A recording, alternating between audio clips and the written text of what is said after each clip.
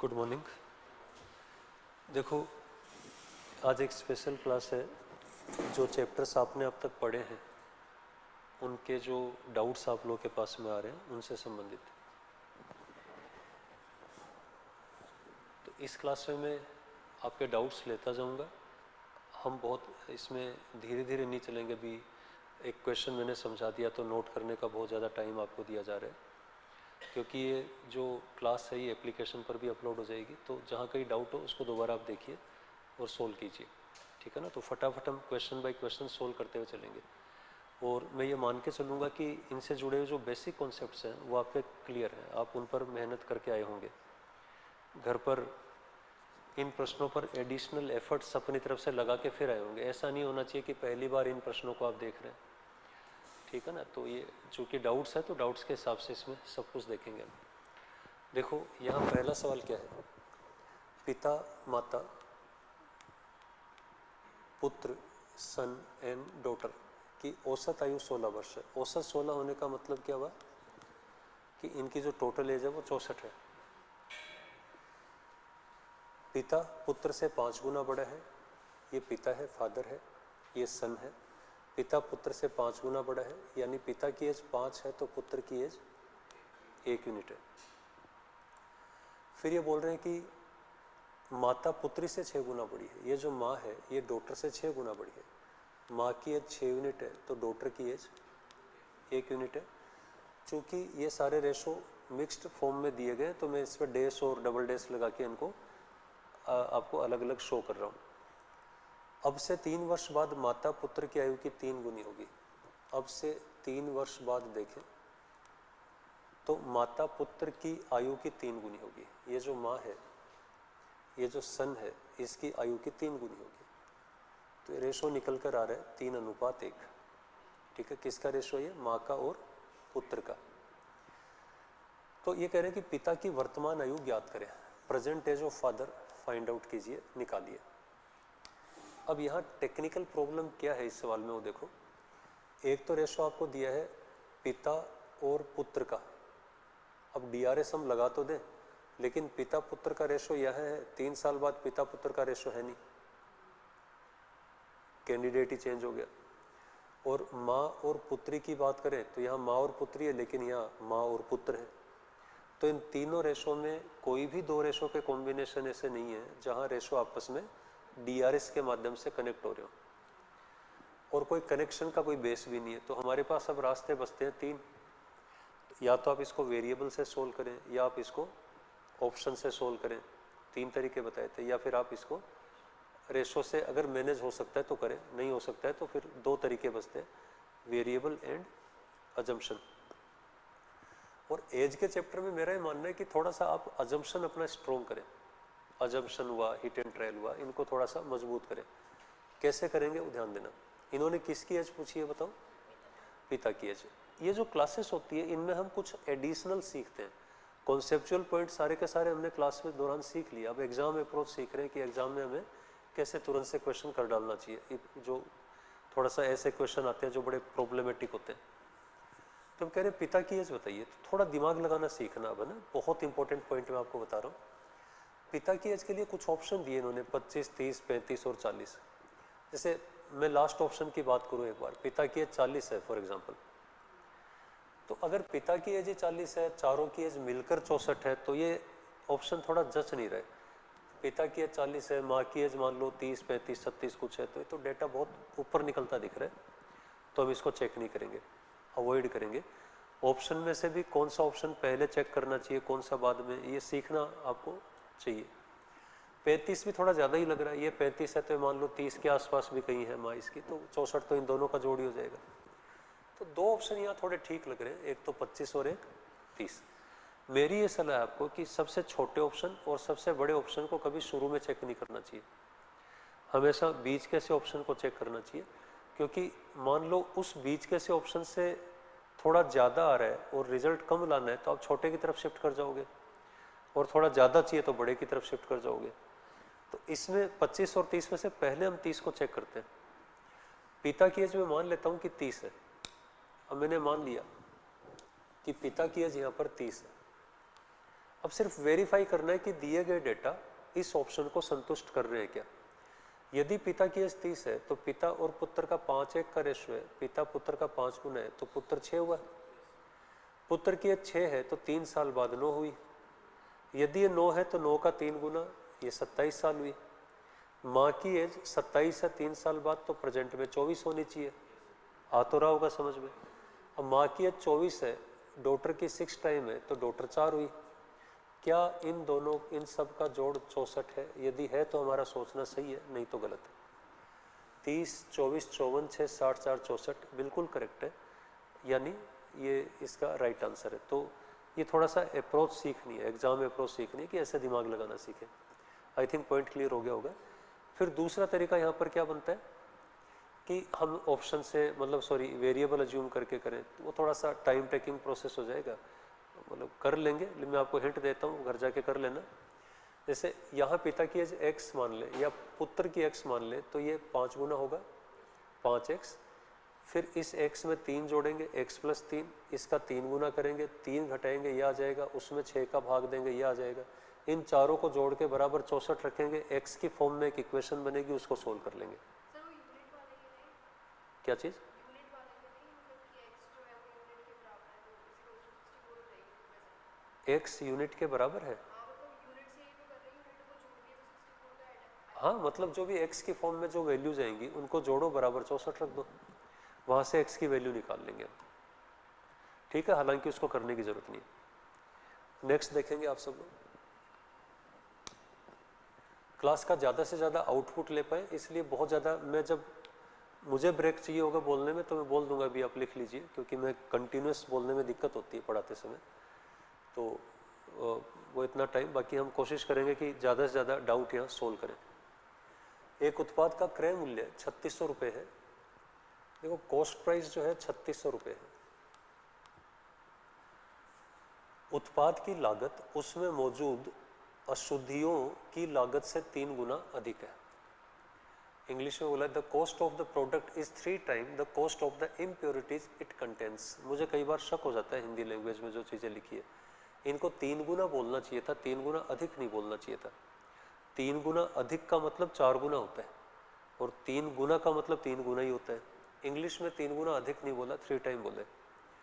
ये क्या कहना चाह रहे हैं कि एक उत्पाद है वो 3600 रुपये का है, इसमें मौजूद अशुद्धियों की जो लागत है उससे 3 गुना ज़्यादा है। एक्चुअली इस उत्पाद के 2 हिस्से हैं, एक तो प्योर और एक इम्प्योर। एक तरह से 2 प्रकार का ये इस उत्पाद में, जैसे दाल है, दाल में एक तो अशुद्ध दाल है और एक शुद्ध दाल है ना, तो 2 प्रकार की कैटेगरी है। तो ये कह रहे हैं कि इस पूरे उत्पाद की जो लागत है वो अशुद्धियों की लागत की 3 गुना है। तो यदि ये 3600 है तो क्या ये 1200 होना चाहिए? 1200 का 3 गुना ये, यानी जो प्योर उत्पाद है उसकी लागत 2400 होनी चाहिए। ये बात समझ आ रही है कि नहीं? थोड़ा लैंग्वेज अजीबोगरीब सी होती है कई बार, जो डाउट्स में क्वेश्चन आते हैं ना, उनमें आने का कई कारण होते हैं। एक तो सवाल ही बहुत अच्छा है, आपसे नहीं हो रहा। दूसरा, आप लैंग्वेज नहीं समझ पा रहे, क्योंकि लैंग्वेज क्वेश्चन बनाने वाले ने उतनी परफेक्टली नहीं बनाई होती है जैसी बनानी चाहिए। एक एरर होता है कई बार, तो कई तरह के केसेस होते हैं, वो सब इनके अंदर दिखते रहेंगे आपको। अब ये कह रहे हैं कि अशुद्धियों की कीमत 3:7 के अनुपात में बढ़ी। ये जो अशुद्धियां हैं ये 3 से बढ़ करके 7 हो गई। अशुद्धियों की लागत 3 थी तो 3:7 के अनुपात में बढ़ने का अर्थ क्या होता है? 3 से 7 हो जाना। पॉइंट क्लियर हुआ? ऐसे ही शुद्ध सामग्री की कीमत 4:9 के अनुपात में बढ़ी। शुद्ध सामग्री यदि 4 थी तो 4 से बढ़कर हो गई 9। तो ये कह रहे हैं कि उत्पाद की वर्तमान लागत ज्ञात कीजिए। लगा दो वैल्यू सिस्टम, सवाल सोल्व हो जाएगा। 3 का कितने गुना है? 12, 4 गुना। तो 7 का भी 4 गुना करो 28, 2 जीरो वापस लगाओ। 4 का 6 गुना है 24, तो 9 का 6 गुना 54, 2 जीरो वापस लगाओ। इन दोनों को जोड़ दो, उत्पाद की नई लागत आ गई 8200। क्या पॉइंट क्लियर हुआ? तो आंसर हो जाएगा none of this. I think, I expect कि समझ आ गया होगा पॉइंट। आगे बढ़ते हैं। अब ये आप में से किसने पूछा था क्वेश्चन, अगर आपके बैच में से पूछा गया तो? बता दिया करो मुझे। तो इसके ऑप्शन थे क्या आपके पास? ऑप्शन थे।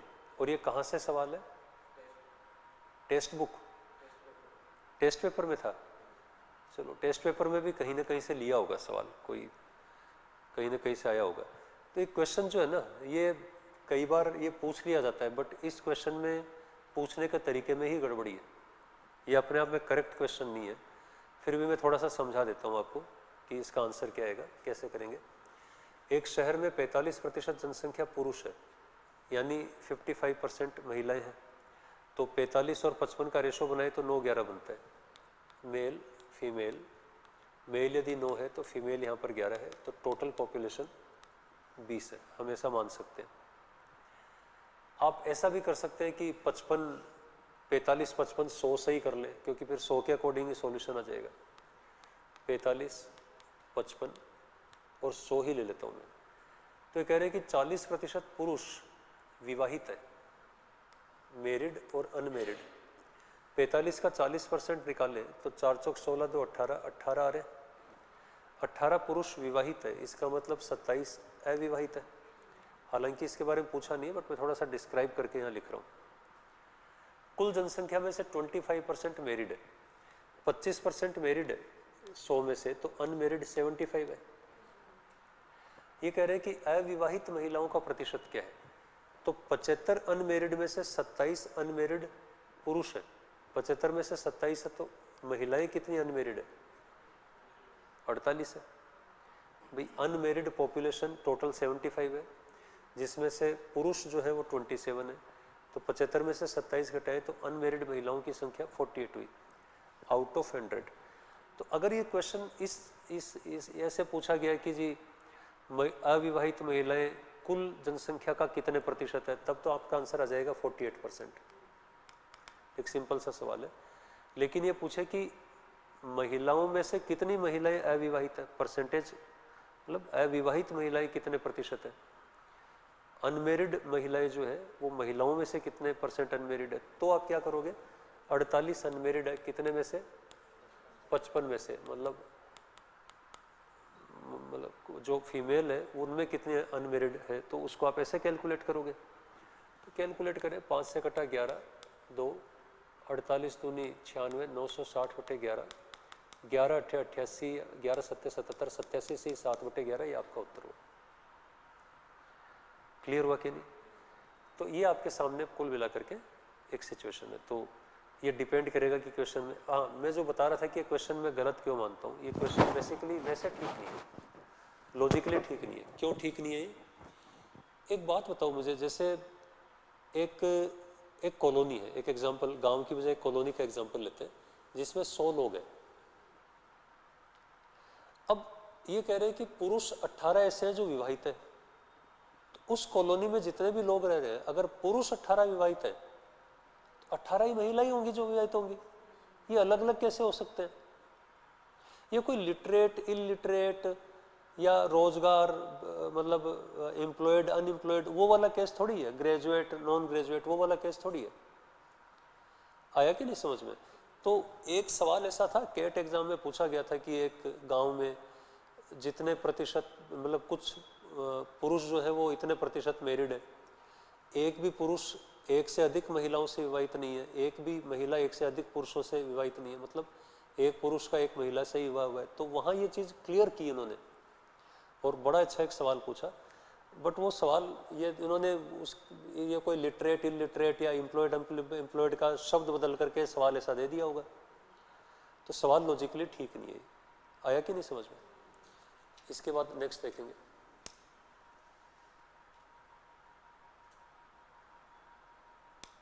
दो उम्मीदवारों के बीच हुए चुनाव में 84 मत अवैध घोषित किए गए। देखो टोटल वोटों में से जो इनवैलिड वोट है वो 84 है, 84 मत अवैध घोषित किए गए। जीतने वाला उम्मीदवार को 62% वैध मत प्राप्त होते हैं। जो विनर है, अब जैसे वैलिड वोट है, वैलिड में से इसको 62% मिल रहे हैं और जो रनर है उसको डेफिनेटली बचे हुए 38% मिल रहे हैं। अब जो वैलिड वोट है उनको मैंने 100 माना है, मैंने मान लिया कि वैलिड वोट 100 है, तो 100 में से 62 इसको मिले, 38 इसको मिले। अब ये कह रहे हैं कि जो जीता है वो 96 मतों से जीता है, 96 वोट से जीता है, इसके 96 वोट इससे ज़्यादा है। तो अब मुझे बताओ 96 वैल्यू किसकी है? 24 की है, और इंटू 100 कर दें तो क्या मेरे पास वैलिड वोट आ गए? अब वैलिड वोटों में अगर मैं इनवैलिड वोट जोड़ दूं तो क्या टोटल वोट आ जाएंगे? तो 96/24 बहुत इजी कैलकुलेशन है, 400 और 84, आंसर क्या आ जाएगा? 484। क्लियर है?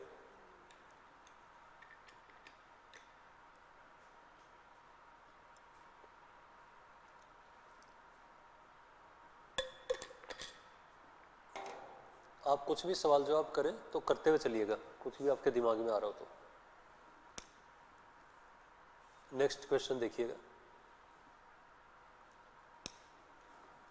जनवरी 2022 में कृति ने ईएमआई का भुगतान किया जो उसके मासिक वेतन का 22% था। जैसे उसके जो टोटल सैलरी है वो 100 है, तो उसने जो ईएमआई का भुगतान किया वो 100 में से 22 है। शेष वेतन को किराने के सामान और कपड़ों की खरीदारी पर 7:5 के अनुपात में खर्च किया। अब जो शेष बचा उसने क्या किया? किराने और कपड़ों पर 7:5 के रेशो में खर्च किया। कपड़ों की खरीदारी पर उसने 18,200 खर्च किए,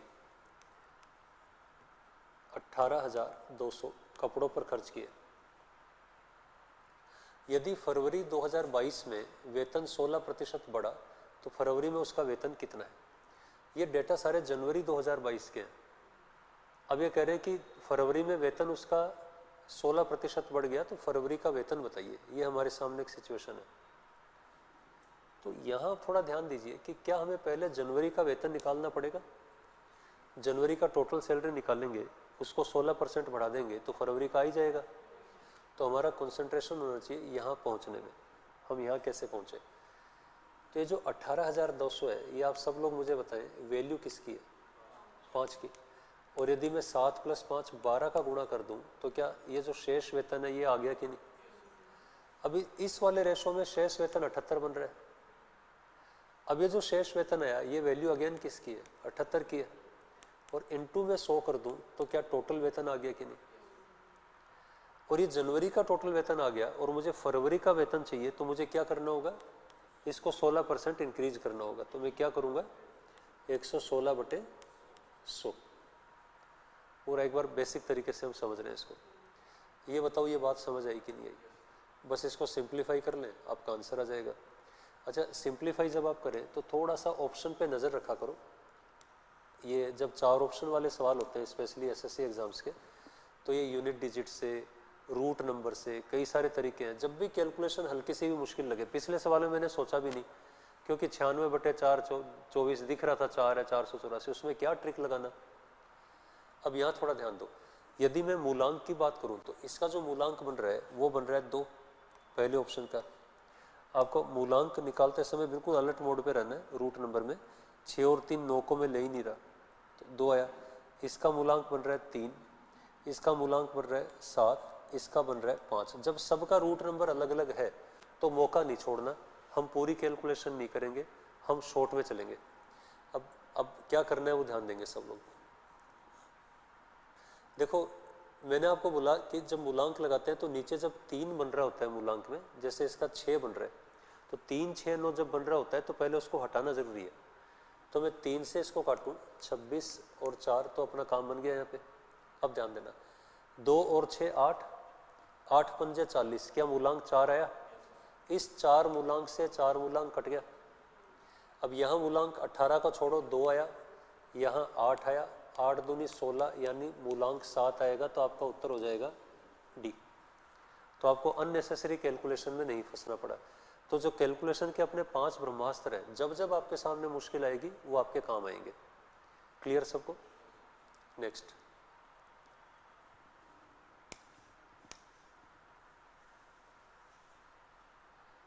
वर्ष 2020 से 2021 तक देश ए की जनसंख्या में P% की कमी हुई। देश बी की जनसंख्या में, ये इंग्लिश में 1%, हिंदी वाला 1 लिखा है, यहाँ पी क्यू से बड़ा है। ये सवाल मैंने कहा था ना, आप लोग एरर जरूर चेक करना जिसने भी पूछा है, ये गलती है यहाँ पर। पी क्यू से बड़ा है, क्यू तो दिया ही नहीं, बेसिकली ये क्यू है, ये टाइपिंग एरर है यहाँ पर, ये क्यू है और ये 1B1 नहीं है, ये यहाँ पर क्या है, क्यू है। पूरा सवाल पी और क्यू की फॉर्म में। तो 2020 से 2021 तक देश ए की जनसंख्या में P% की कमी हुई, देश बी की जनसंख्या में Q% की कमी हुई। बहुत ध्यान से समझते जाना। देश ए में P% की कमी, देश बी की जनसंख्या में Q% की कमी। अब जैसे ये 2020 ले लेता हूं मैं और ये 2021। 2020 में देश ए की जनसंख्या को ए ही मान लेता हूं, देश बी की जनसंख्या को बी मान लेता हूं, ए और बी ही मान लेते हैं। तो ये कह रहे हैं कि देश ए की जनसंख्या P% घटी है। P% घटने का मतलब ए का 100 माइनस P% रह गई कि नहीं। देखो जब वेरिएबल्स आते हैं ना तो आप लोग कई बार डामाडोल हो जाते हैं। जैसे मैं ये बोलता कि P% कमी की जगह में बोलता कि 10% कमी हुई है, तो करंट पॉपुलेशन का 90% निकालते कि नहीं आप 100 माइनस 10 करके ही तो निकालते ना। तो जब वेरिएबल आ गया तो 100 माइनस पी लिख दो, 100 माइनस 10 की जगह 100 माइनस पी लिख दो, इतना ही तो करना है। और बी की जनसंख्या Q% घटी है, तो जितनी बी की जनसंख्या है उसका 100 माइनस Q% रह गई। ये बताओ ये क्लियर हुआ कि नहीं। अब आगे बोल रहे हैं कि माना, ये कह रहे हैं कि P Q से बड़ा है, ठीक है, उसको अलग लिख लेते हैं, P ग्रेटर देन Q। अब ये कह रहे हैं कि माना x दिए गए वर्ष में देश A की जनसंख्या का देश B की जनसंख्या से अनुपात है। ये जो x है ये क्या है, x इन्होंने नाम दिया है रेशो को। किस रेशो को, देश A और देश B की जनसंख्या के रेशो को। तो रेशो कैसे आएगा, A/B कर देने से आ जाएगा कि नहीं। क्या बोल रहे हैं, दोबारा ध्यान देना। माना x दिए गए वर्ष में देश A की जनसंख्या का देश B की जनसंख्या से अनुपात है।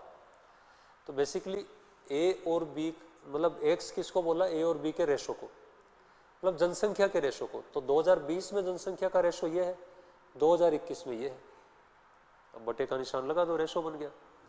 तो ये कह रहे हैं कि 2020 से 2021 में x कितने % घटा, मतलब ये अनुपात भी कितने % कम हो गया। यहां ये अनुपात ये है, यहां अनुपात ये, अनुपात में कितनी कमी आई।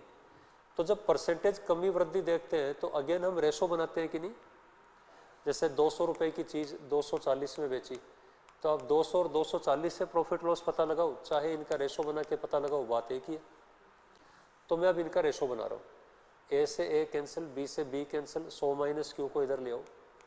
यानी 2020 में जनसंख्या यदि 100 माइनस क्यू थी तो 2021 में हो गई 100 माइनस पी। ये पॉइंट क्लियर हुआ कि नहीं। अब ये कह रहे हैं कि 2020 से 2021 में इस रेशो में कितनी प्रतिशत की कमी आई है। अब परसेंटेज डिक्रीज निकालना आप सबको आता है।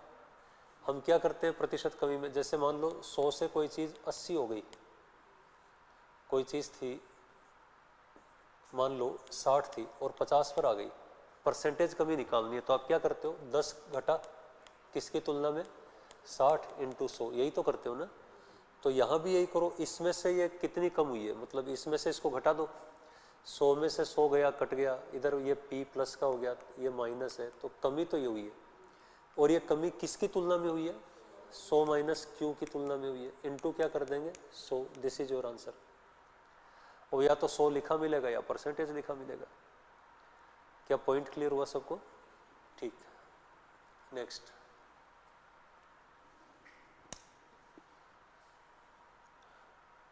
अब इस सवाल को पढ़ो ध्यान से एक बार, बड़ा अच्छा सवाल है, पढ़िएगा।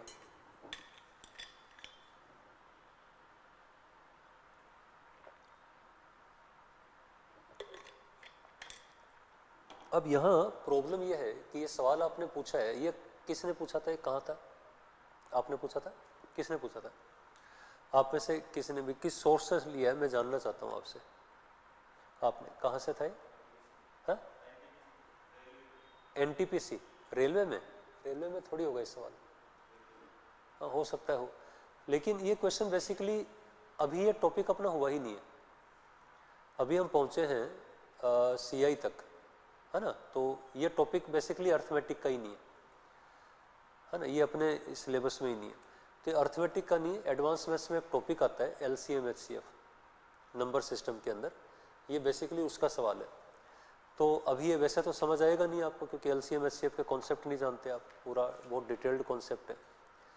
तो मैं इसको दो तरीक़ों से समझाता हूँ आपको। पहले तो इसका जो बेसिक कॉन्सेप्ट है LCM HCF, उससे इसको कैसे करें, क्योंकि आप भी समझ रहे हो और अपने जो अदर बैचेज के विद्यार्थी हैं जिनकी एडवांस मैथ्स हो चुकी है वो भी समझ रहे हैं, तो ये सभी के काम का है ना, ऑनलाइन सभी समझ रहे हैं इसको। तो उस हिसाब से मैं समझा रहा हूँ, आपके समझ आए तो अच्छी बात है। और LCM HCF से करेंगे एक तो, और दूसरा मैं उस हिसाब से समझाऊंगा कि आप सब कर सकते हो बिना LCM HCF पढ़े। ठीक है, दो तरीके देखेंगे हम। तो पहला तरीका LCM HCF का, ये कह रहे हैं कि नंदन के पास कुछ कंचे थे। जब वह 32 बच्चों में कंचे समान रूप से बांटता है तो पाया गया कि 4 कंचे शेष हैं। बेसिकली कंचों की जो कोई भी संख्या है उसमें कहना ये चाह रहे हैं कि अगर हम 32 का भाग दे दें तो 4 कंचे बच जाएंगे, 32 का पूरा पूरा भाग नहीं जाएगा। फिर ये बोल रहे हैं कि उसने 41 बच्चों और 48 बच्चों में समान रूप से बांटा होता तो क्रमशः 13 और 20 कंचे शेष बचते। 41 में बांटेंगे तो 13 बचेंगे, 48 में बांटेंगे तो 20 बचेंगे। मैं ये मानते हुए सॉल्यूशन कराऊंगा, क्योंकि ये डाउट सॉल्यूशन क्लास है, ये बेसिक कॉन्सेप्चुअल क्लास नहीं है, तो हम LCM HCF का चैप्टर नहीं पढ़ेंगे यहाँ पर। मैं मानते हुए पढ़ूंगा कि आपने LCM HCF पढ़ रखा है। अब अगर पढ़ रखा है तो हमें क्या करना चाहिए इसके अंदर, पॉइंट क्लियर है। तो यहाँ हम वैसे नहीं चलेंगे इसके अंदर। तो अब यहाँ LCM HCF में क्वेश्चन आता है कि 32 का भाग देने पर 4 बच रहा है, 41 का भाग देने पर 13 बच रहा है, 48 का भाग देने पर 20 बच रहा है, और 53 का भाग देने पर कुछ नहीं बच रहा, पूरा पूरा भाग जा रहा है। तो इसका मतलब ये है, अब इसको जरा ऑब्जर्व कीजिएगा। जैसे 32 का भाग देने पर 4 बचा। अब एक टॉपिक होता है LCM HCF में, आपको नहीं मालूम है लेकिन जिनको मालूम है वो समझेंगे। इन दोनों का जो डिफरेंस आता है, जिसका भाग दे रहे हैं और जिसका डिफरेंस जो शेष बच रहा है, उनका डिफरेंस ऐसे प्रश्नों में हमेशा कांस्टेंट रहता है। जैसे 32 और 4 का डिफरेंस बताओ, 28। 41 और 13 का डिफरेंस बताओ, 28। 41 का भाग देने पर 13 बच रहा है, 48 का भाग देने पर 20 बच रहा है, डिफरेंस अगेन 28। तो ऐसे प्रश्नों में करना ये होता है कि हम 32, 41 और 48 का LCM निकालेंगे, और जो डिफरेंस आ रहा है उसको हम सब्सट्रैक्ट कर देंगे, तो हमारा क्वेश्चन वहाँ सोल्व हो जाएगा। वो संख्या मिल जाएगी जिसमें इनका भाग देने पर इतना इतना शेष बचेगा। That is concept. LCM में से डिफरेंस घटाना होता है। लेकिन आगे सवाल ये है कि 53 का पूरा पूरा भाग जाना चाहिए। तो ये पूरा पैटर्न क्या बनेगा, पूरा पैटर्न ये बनेगा कि जो भी आपका LCM आ रहा है उसमें से 28 का भाग देंगे तो वो संख्या मिल जाएगी हमें जिसमें 32 का, 41 का, 48 का भाग देने पर 4, 13, 20 बचे। लेकिन हमें वो संख्या ढूंढनी है जिसमें 53 का भाग देने पर कुछ नहीं बचे, तो वो हमें मिलेगी LCM के पहाड़ों में। तो LCM का हम पहाड़ा बोलते जाएंगे, 28 घटाते जाएंगे, चेक करते जाएंगे, जहां ऐसा हुआ वहां अपना आंसर आ गया। अब यह है बेसिक प्रोसेस। आपको पहले बेसिक क्लियर होना चाहिए, फिर आगे बढ़ेंगे। अब ये है तो बहुत लंबा चौड़ा एक लेंथी क्वेश्चन है, बट हम इसको बहुत आराम से हैंडल कर लेंगे अभी जिस तरह से सवाल पूछा गया।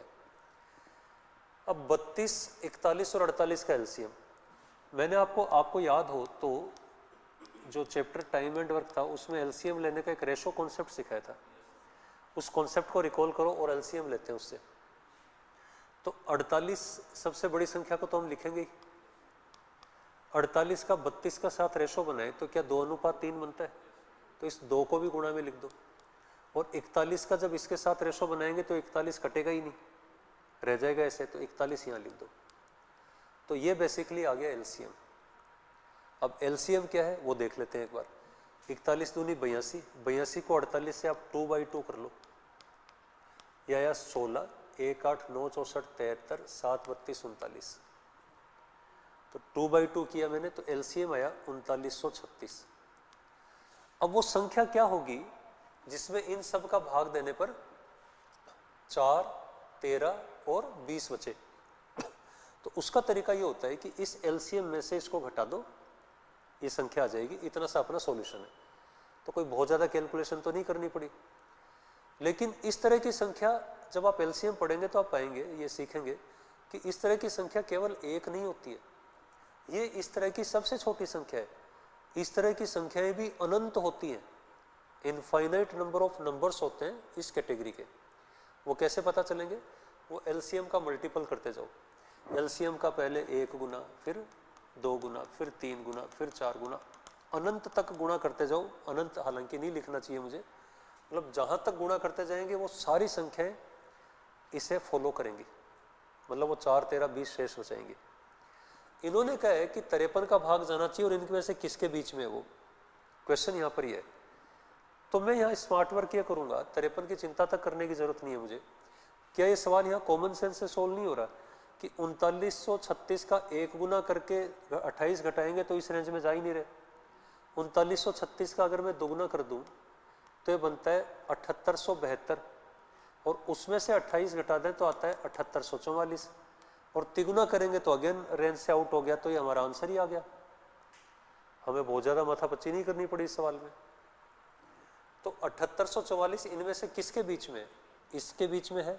इसमें देखो नहीं आ रहा, 14 से 24, फिर आएगा भी नहीं, वो तो किसी एक ही ऑप्शन में आएगा। 7794 से 7804 नहीं है, 7864 ये भी नहीं है, तो ये अपना आंसर आ गया। ये तो है बिल्कुल बेसिक मोस्ट मेथड कि आपको एलसीएम एचसीएफ के कॉन्सेप्ट क्लियर होने चाहिए, तो आप इस सवाल को ऐसे कर पाएंगे। आई थिंक ये पॉइंट क्लियर हुआ। अब अगर बेसिक से करना होता, मान लो आपके एग्जाम में सवाल आ जाए, टॉपिक आपने पढ़ा नहीं हुआ, तो अब क्या करोगे आप? अप्रोच नंबर 2 समझना यहाँ पर। अप्रोच नंबर 2 यहाँ पर ये है कि हम एक काम करते हैं, इस पूरी सीरीज में सबसे छोटी संख्या जो मुझे दिख रही है वो 7794, और इन्होंने बोला है कि 7794 तो मैंने सबसे छोटी संख्या ली। इन्होंने बोला है कि ये जितने भी कंचे हैं वो 53 बच्चों में बांटोगे तो पूरी तरह डिवाइड हो जाएंगे। तो वो जो भी संख्या होगी, क्या वो 53 से पूरी पूरी कटने वाली होगी? 53 का पूरा पूरा भाग जाएगा। तो हम इसमें 53 का भाग देना शुरू करते हैं। 53 एकम 53, 4 2 9, 53 चौक 512, 7 3 4, 53 सत्ते 371, फाइनली शेष क्या बच गया? 3। तो 53 का जब मैंने इसमें भाग दिया तो 3 बच गया, तो वो 3 इसमें से मैं घटा दूं तो क्या मुझे वो वाला नंबर मिल जाएगा जिसमें 53 का भाग जा रहा है? जवाब दो। तो 7791 ये भी नंबर सिस्टम का ही पार्ट है। जब आप लोग नंबर सिस्टम पढ़ेंगे तो ये पॉइंट सारे मैं समझाऊंगा वहां पे, ठीक है ना। लेकिन अभी चूंकि कॉमन सेंस का है तो मैं बता रहा हूं।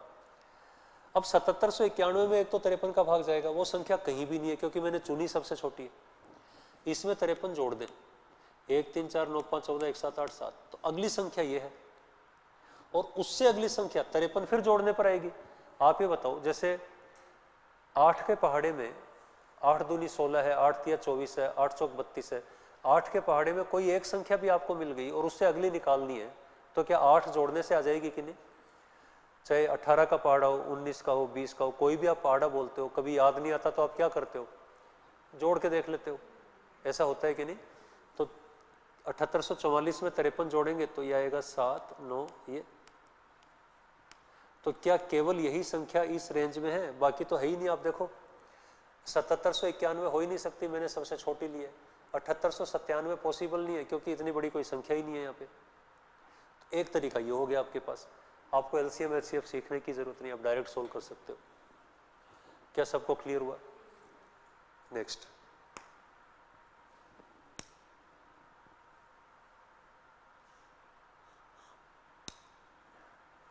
आनंद ने एक वस्तु खरीदी और उसकी मरम्मत पर 127 रुपए खर्च किए। देखो, आनंद ने एक वस्तु खरीदी और उस पर 127 रुपए लगा दिए।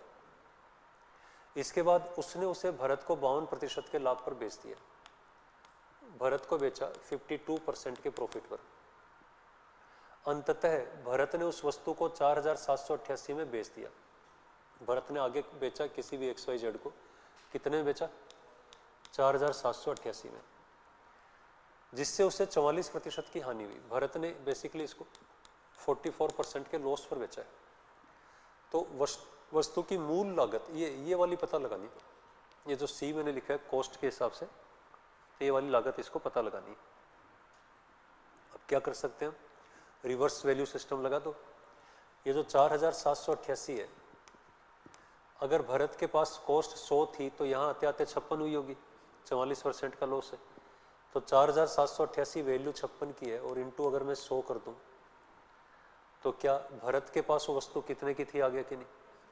अब आनंद ने 52% लाभ पर बेचा है, तो 100 से 152 हुआ होगा। अगेन भरत के पास जो वस्तु है उसकी वैल्यू 152, इंटू हम 100 कर दें तो क्या ये कॉस्ट आ गई कि नहीं।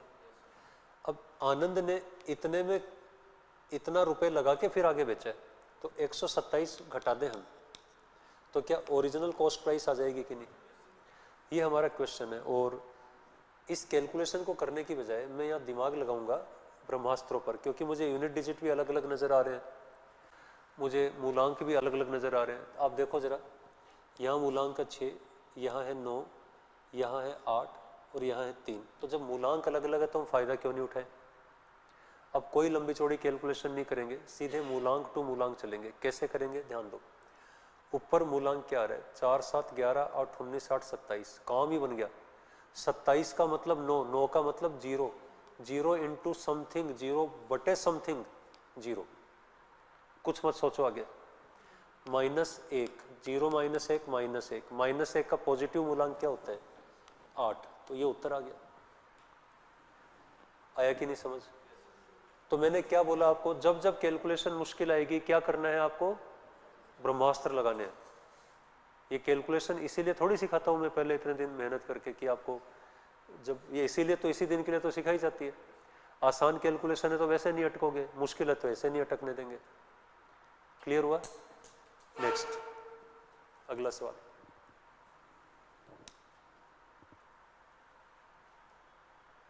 एक वस्तु की कीमत हर वर्ष 20% बढ़ जाती है। यदि तीसरे और चौथे वर्ष की कीमतों में 259.2 रुपीज़ का डिफरेंस है तो दूसरे वर्ष के अंत में इसकी कीमत का 40% क्या होगा। मुझे ऐसा याद है शीट में है सवाल ये, मैंने कहा था ना शीट के सवाल नहीं पूछने यहाँ पे, आपने पूछ लिया तो बता रहा हूँ, बाकी शीट के सवाल क्लास में हम डिस्कस करते हैं, आपस में डिस्कस किया करो।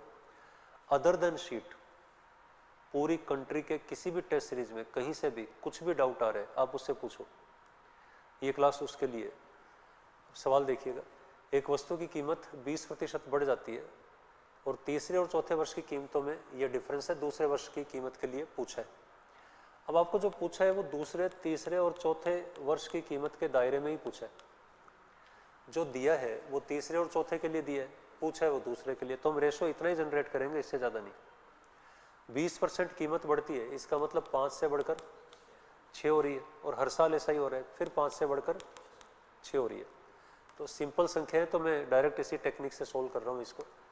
25 टफ होती संख्याएं तो मैं एक टेक्निक और बताता आपको, बट उसकी इसमें ज़रूरत नहीं है। तो second, third and fourth year का रेशो बना 25 30 36। पॉइंट क्लियर हुआ।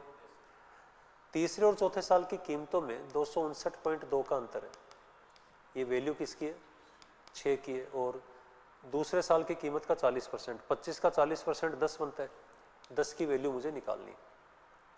अब ये इजी डेटा है, ब्रह्मास्त्र के चक्कर में मत पड़ो, डायरेक्ट सवाल हो जाएगा। 6 चौक 24, 6 3 18, वहाँ नज़र रखा करो, 4 3 एक ही ऑप्शन में आ रहा है, आगे मत करो सवाल को।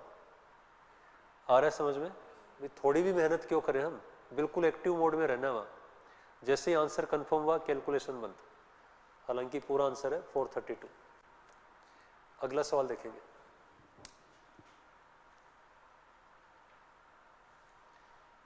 ए की वर्तमान आयु का 9 गुना और बी की वर्तमान आयु का 8 गुना जोड़ने पर 29 वर्ष आता है। देखो ए का तो 9 गुना और बी का 8 गुना जोड़ दें तो ये कह रहे हैं जी 29 आ रहे हैं। फिर ये कह रहे हैं बी की वर्तमान आयु का 2 गुना ए की वर्तमान आयु के 2 गुने से 20 साल ज़्यादा है। बी का डबल ए के डबल से 20 ज़्यादा है। तो ये तो सिंपल सी दो इक्वेशन बन गई ए और बी की फॉर्म में, इनको सोल्व कर लो, आपका आंसर आ जाएगा। 6 वर्ष बाद ए और बी का योग बताना है तो ए और बी की एज निकाल लो अलग अलग। आप चाहो तो b माइनस ए बराबर 10 लिख लो, 2 हटा दो, चाहो तो 4 से गुणा कर लो यहाँ, क्योंकि ये दोनों बराबर, सॉरी ये दोनों b और b बराबर हो जाएंगे। तो 4 गुना किया मैंने तो 8b 8a और 80, यही आएगा। अब ये भूल जाओ यहाँ से कि ये है। अब इसमें से इसको घटा दें तो 8b में से 8b 0, 9A में से -8 गया तो 17A बराबर 29 में से 80 गया, 29 में से 80 गया तो ये आया कितना 51। मैं देख रहा हूं माइनस में आ रही है? किसी की एज माइनस में थोड़ी होगी। देख लेते हैं कोई सिली मिस्टेक तो नहीं हो रही इसके अंदर। बी की वर्तमान आयु का 2 गुना ए की वर्तमान आयु के 2 गुने से 20 ज्यादा है, मतलब इसमें से इसको घटाएं तो 20 आना चाहिए। और ये यही दिया है, हो तो यही रहे -51। चलो देखते हैं, हो सकता है आंसर इसी से आ जाए। सवाल बनाने वाले ने इस चीज़ पर ध्यान नहीं दिया होगा। ए का मान -3 है, वो यहाँ रख दूँ मैं तो उधर जाकर के -3 उधर जाके इसमें जुड़ेगा, बी का मान 23 आया। ये कह रहे हैं ए और बी की आयु का योग क्या होगा। करंट में योग 23 - 30 20 है। 6 साल बाद योग निकालना है, कुछ ना कुछ गड़बड़ तो है इसके अंदर।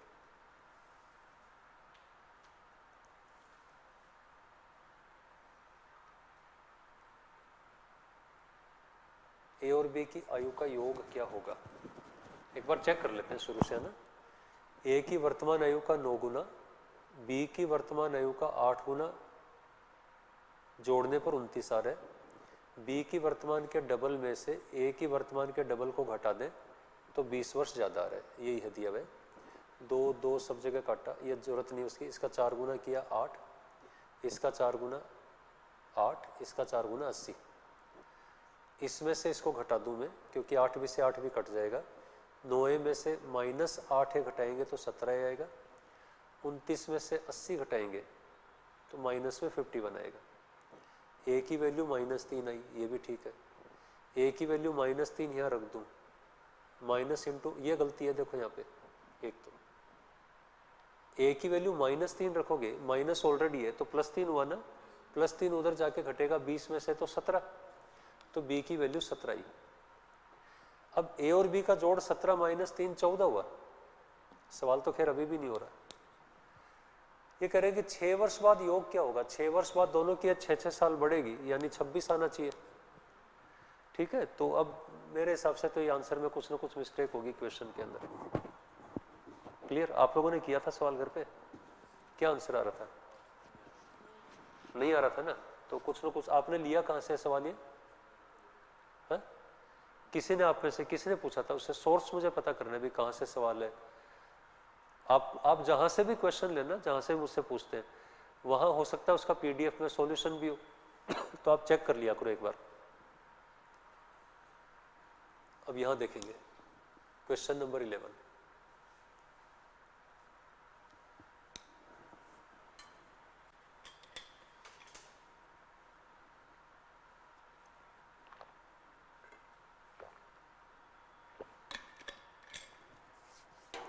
एक मेज के लैंप को 863 में बेचने पर प्राप्त लाभ प्रतिशत उतना ही है जितना कि उस मेज के लैंप को 433 में बेचने पर हानि प्रतिशत है। देखो 863 में बेचने पर परसेंटेज प्रॉफिट और 433 में बेचने पर परसेंटेज लॉस दोनों सेम है। तो सवाल है कि 25% का लाभ अर्जित करने के लिए मेज के लैंप को किस मूल्य पर बेचना चाहिए। बहुत आसान सा एक सवाल है। जैसे एक बात बताओ मुझे, परसेंटेज प्रॉफिट या परसेंटेज लॉस दोनों बराबर होते हैं तो क्या प्रॉफिट और लॉस भी बराबर ही होते हैं? क्योंकि परसेंटेज प्रॉफिट हो चाहे परसेंटेज लॉस हो, हम कैलकुलेट किस पर करते हैं? दोनों कॉस्ट प्राइस पर ही करते हैं। जैसे कोई कॉस्ट प्राइस 200 है, 12% का लाभ है तो 24, 12% का घाटा है तो भी 24।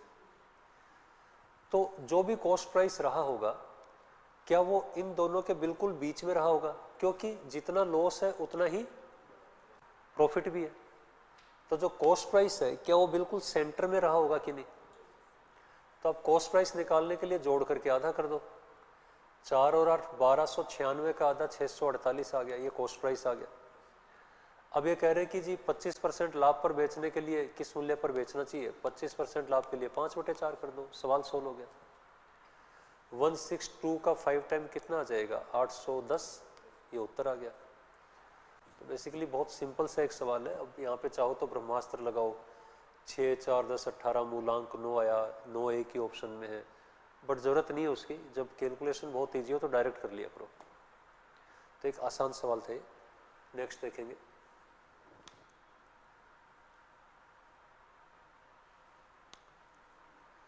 आशीष के पास 1218 है, वह इसे अपने दो बेटों अरुण और महेश में बांट देता है और उन्हें 10% की दर से चक्रवृद्धि ब्याज पर सालाना निवेश करने के लिए कहता है।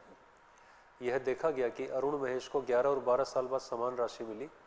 तो ये तो करवा दिया ना मैंने सवाल आपको, सीआई में भी इस तरह के सवाल है। देखो, अरुण को 10%, अरुण का धन मान लो ए है और महेश का एम है, एक बार के लिए अज्यूम कर लेते हैं। तो अरुण को 10% की दर पर धन दिया है, 10% की फ्रैक्शन 1/10 है, तो वैसे 11/10 बनेगी। तो 11/10 कितनी बार, कितने साल के लिए दिया? 11 साल के लिए, तो पावर 11 होगी कि नहीं? ऐसे ही इसके लिए 11/10 कितने साल के लिए? 12 साल के लिए। तो मैंने पहले भी आपको बताया था, कंक्लूड कर लो कि इन दोनों टाइम के डिफरेंस को ही डायरेक्ट रेशो के रूप में आप लिख सकते हैं। यहाँ 11 साल है, 12 में से 11 गएंगे तो एक ही साल बचेगा। तो अरुण और मोहन का रेशो क्या है? आप प्रिंसिपल का 11 नीचे ले आओ, 11:10। यानी ये जो 1218 दोनों में बांटे गए हैं, ये इस रेशो में बांटे गए हैं 11:10 में। 11:10 ये वैल्यू हुई 21 की। और पूछ रहे हैं आशीष ने महेश को कितनी धनराशि दी, महेश को कितनी दी, तो इंटू 10 कर दो, ये आपका आंसर आ गया। यही है ना? यस। इसको सिंप्लीफाई कर लें। 21 पंजे 105, 21 अट्ठे 168, आगे 0, आंसर आ जाएगा 580। नेक्स्ट,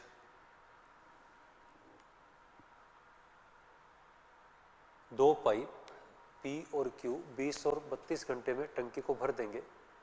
यदि दोनों पाइप एक साथ खुलते हैं तो पता लगाए पहला जिम पाइप, ये वैसे ही होगा कुछ, पहला पाइप कब बंद कर दिया जाना चाहिए ताकि टंकी केवल 16 घंटे में भर सके। देखो, P कितनी देर में भर सकता है? 20 घंटे में, Q 32 घंटे में, तो टोटल हम 160 ले लें। मैं थोड़ा ऐसे लिख रहा हूँ इसको, ठीक है, स्ट्रक्चर जो अपना है उसकी बजाय। तो P की जो काम करने की रफ्तार है वो 8 और Q की 5 हुई। पॉइंट क्लियर है? ये एफिशिएंसी का रेशो आ गया। अब ये कह रहे हैं कि यदि दोनों पाइप एक साथ खुलते हैं तो पता लगाएं कि पहला पाइप कब बंद कर देना चाहिए ताकि टंकी 16 घंटे में भर सके। अब दो तरीके मैंने बताए थे आपको, कि एक तरीका तो है कि आप यहाँ से ऐसे सोल्व करें कि पहला पाइप बंद तो हो ही गया है ना, तो पहला पाइप तो पूरे 16 घंटे तक काम कर नहीं रहा, तो दूसरा पाइप पूरे 16 घंटे काम कर रहा है। तो दूसरा पाइप अगर 16 घंटे काम कर रहा है तो दूसरे पाइप द्वारा किया गया काम क्या 80 हुआ? तो 160 में से 80 काम अगर इसने किया है तो बचा हुआ 80 काम पहले पाइप ने किया होगा। 80 काम 8 की स्पीड से कितनी देर में किया होगा? 10 घंटे में। यानी पहला पाइप 10 घंटे तक काम किया होगा पहले ने और उसके बाद बंद कर दिया होगा। तो एक तरीका तो ये हुआ। आपको नहीं पढ़ना है, बाहर जाओ, यहाँ मत बैठो, यहाँ आंखें झुकाना बंद करना ये सब अलाउड नहीं है। आ गया समझ में?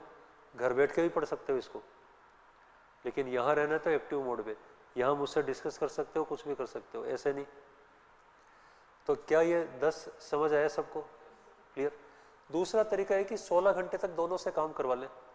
8 और 5 13 की स्पीड से 16 घंटे तक काम कराएंगे तो ये आ जाएगा 208 काम।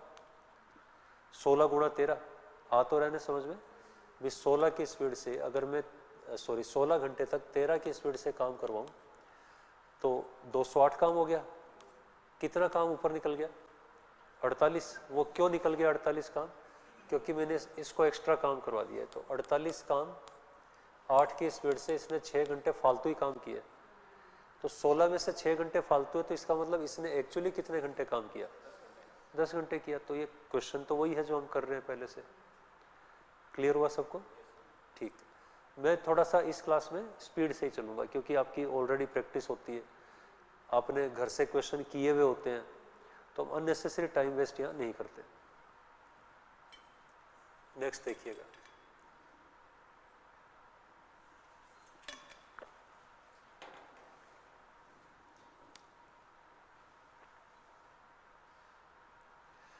चौंतीस में एक अलमारी बेचने पर लाभ का मान 3388 में बेचने पर हुई हानि के मान से 75% ज़्यादा है। देखो एक सेलिंग प्राइस तो है 3338 है, सॉरी 3338, और एक सेलिंग प्राइस यहाँ पर है 3437। इन्होंने बोला है कि 3437 में बेचने पर प्रॉफिट हो रहा है, तो डेफिनेटली ये वाला प्राइस कॉस्ट प्राइस से ज़्यादा है, और 3338 में बेचने पर लॉस हो रहा है, तो ये उसी कॉस्ट प्राइस से कम है। तो ये कह रहे हैं कि जो प्रॉफिट है वो लॉस से 75% ज़्यादा है। आप लैंग्वेज पढ़िए ध्यान से, प्रॉफिट लॉस से 75% ज़्यादा है। If loss is 100, profit is 175, या 75% की फ्रैक्शन 3/4। तो अगर ये 4 है तो ये वाला 7 होना चाहिए। रेशो बनाना आप सबको आता है, हम पहले ही प्रैक्टिस कर चुके हैं। तो ऐसा नहीं होना चाहिए कि 75% ज़्यादा है तो आपको रेशो ही नहीं सूझ रहा। 75% 3/4 ज़्यादा का मतलब 7/4, तो ये 4 है तो ये 7 है। अब मुझे आप सब लोग बताओ कि हमने सीखा है कि ये वाला गैप और ये वाला गैप मिलकर इस गैप के बराबर है कि नहीं। तो ये जो पूरा का पूरा गैप है उसको 4 7 में बांट दो, 4 की वैल्यू निकाल के जोड़ दो, सीपी आ जाएगा। इन्होंने 50% प्रॉफिट के लिए सेलिंग प्राइस पूछा है तो 50% बढ़ा देंगे बाद में उसको। क्लियर हुआ कि नहीं। तो इनका जो गैप है वो क्या है, गैप देखते हैं एक बार। गैप आ रहा है 62 तो ये, और 37 वो, तो 99 का गैप आ रहा है। ये जो 99 है ये वैल्यू किसकी है, ये उत्तर है।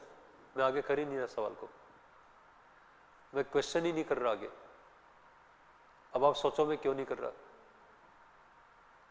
देखो ध्यान दो, सॉरी थोड़ा सा मैंने जल्दबाजी कर दी, मैं अपडेट करूंगा इसको।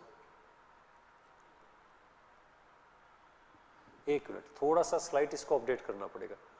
अब समझना, फिर मैं कारण बताऊंगा आपको। ये जो 99 है वैल्यू किसकी है, 11 की है। इनटू 4 कर दे तो क्या लॉस आ गया कि नहीं। इस लॉस में अगर मैं इसको ऐड कर दूं, इस सेलिंग प्राइस को, तो क्या मेरे पास कॉस्ट प्राइस आ गया। इस कॉस्ट प्राइस को ये कह रहे हैं कि 50% आप बढ़ा दें। क्यों क्यों क्या बोल रहे हैं ये, 50% लाभ प्राप्त करने के लिए विक्रय मूल्य क्या होना चाहिए, 50% प्रॉफिट के लिए सेलिंग प्राइस क्या होना चाहिए। तो कॉस्ट प्राइस मेरे पास आ गया, इसका 50% कर दें, बढ़ा दें हम, तो क्या ये सेलिंग प्राइस आ गया कि नहीं। अब इसको सिंप्लीफाई करें, मुझे सबका मूलांक अलग अलग नजर आ रहा है तो मैं मूलांक से सोल्व कर लूंगा डायरेक्ट। देखो इसका मूलांक है 1, इसका मूलांक है 9, इसका मूलांक है 3, इसका मूलांक है 4। तो सबका अलग अलग है, तो क्यों ना फायदा उठाएं इस चीज का। अब देखो क्या करेंगे, यहाँ 9 है, 9 होने का मतलब ये पूरा साफ हो गया, कुछ करने धरने की जरूरत नहीं है, 0 हो गया। इसको तो हटाओ यहाँ से। अब इसमें देखो, इसमें मूलांक है, इसमें ये 9 को छोड़ दो, 8 आया। अब 8 का अगर मैं 1.5 गुना भी कर दूं सिंपली, 12 का 3 आना चाहिए, यानी ये आपका उत्तर आ जाएगा। आ रहा है कि नहीं समझ। और वैसे 2 के लिए क्या करते हैं हम, 5 का ऊपर नीचे गुणा करते हैं कि नहीं। एक मिनट, आप इसमें डायरेक्ट मत काटना, ये थोड़ा सा मैं काटते वक्त ही सोच रहा था कि मैं ये ऐसा करके ठीक नहीं कर रहा हूँ। जब नीचे 2 आ जाता है तो हटाने के लिए क्या करते हैं, अब ये बताओ, बताओ क्या करते हैं। ऊपर नीचे 5 का गुणा करते हैं ना, डायरेक्ट मत काटना। कुछ परिस्थितियों में आंसर सही आ जाएगा, कुछ में गलत आता है। संयोग से सही आ गया, मैं यहाँ छोड़ भी देता तो ठीक था, कोई दिक्कत नहीं थी, लेकिन ऐसा करना नहीं, इस तरह से नहीं काटना। नीचे से हटाने का एक ही तरीका है। तो मूलांक 1 आ गया, 5 दिया 15, 6 6 8 48, 4 8 12 3, तो फाइनली आंसर तो आपका यही आएगा, बट प्रॉपर तरीके से चलना है। पॉइंट क्लियर हुआ। तो हम कैलकुलेशन अननेसेसरी अपने लिए बढ़ाएंगे ही नहीं। जैसे ही मूलांक, आप आज की क्लास से क्या समझ आ रहा है आपको, जहां कैलकुलेशन मुश्किल हो वहां ब्रह्मास्त्र यूज करो। नेक्स्ट क्वेश्चन देखिएगा,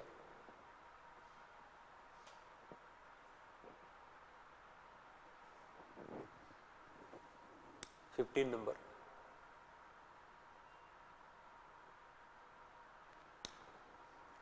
दो उम्मीदवारों के बीच एक चुनाव में पराजित उम्मीदवार ने पड़े हुए वैलिड वोटों का 42% वोट हासिल किया और वह 7,68,400 वोटों से चुनाव हार गया। तो जो पराजित उम्मीदवार है उसने जो वैलिड वोट थे उनका 42% लिया और इतने वोटों से चुनाव हार गया। यदि 82,560 मतों को इनवैलिड घोषित कर दिया गया और 20% लोगों ने वोट डाला ही नहीं, तो अमान्य मत लोगों द्वारा नहीं डाले गए मतों के कितने प्रतिशत तक थे? बहुत लेंथी क्वेश्चन है ये, आपने किया घर पे? बहुत कैलकुलेटिव रहा होगा ना, बहुत ज़्यादा कैलकुलेटिव रहा होगा। तो अब समझिएगा इसको। देखो टोटल मैं मान लेता हूँ कि 100 है, एक बार के लिए मैंने अज्यूम किया। ये कह रहे हैं कि यहाँ फोकस कीजिएगा, ये बोल रहे हैं 20% लोगों ने वोट ही नहीं डाला, तो 100 में से जिन्होंने वोट नहीं डाला वो है 20, ये एक रेशो जनरेट हो रहा है। फिर आगे बोल रहे हैं कि जिन्होंने वोट डाला उनमें से 82,560 वोटों को इनवैलिड कर दिया, तो जिन्होंने वोट डाला उनमें से इनवैलिड वोट है 82,560। क्लियर?